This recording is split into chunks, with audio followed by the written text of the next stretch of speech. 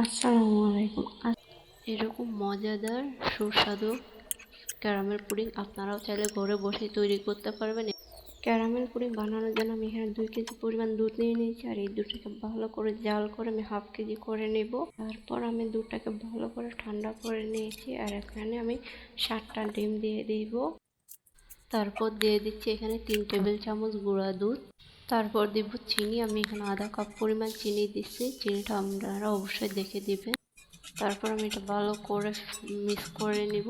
তারপর আমি ক্যারামেলটা করে নিব, আর আমি এখানে 4 টেবিল চামচ চিনি দিয়েছি। চিনি দিয়ে আমি এটাকে ভালো করে জাল দিয়ে ক্যারামেলটা করে নিব।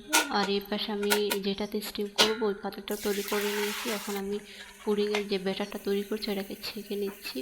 ছেঁকে না নিলে পুডিংটা অতটা ভালো হবে না, তো চেষ্টা করবেন পুডিংটাকে অবশ্যই ছেঁকে নেওয়ার জন্য। তারপর আমার এদিক দিয়ে ক্যারামেলটা প্রায় রেডি হয়ে আসতেছে।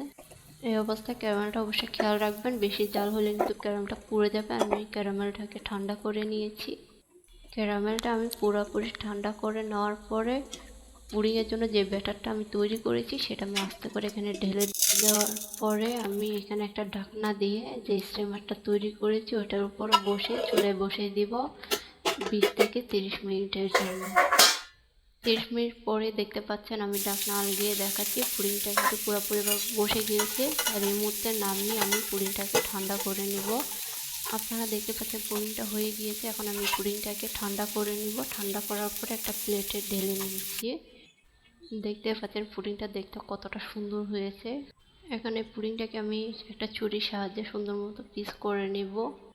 এরকম মজাদার সুস্বাদু ক্যারামেল পুডিং আপনারাও চাইলে ঘরে বসেই তৈরি করতে পারবেন। এই ক্ষেত্রে শুধু চিনিটা একটু বেশি দেওয়া লাগে।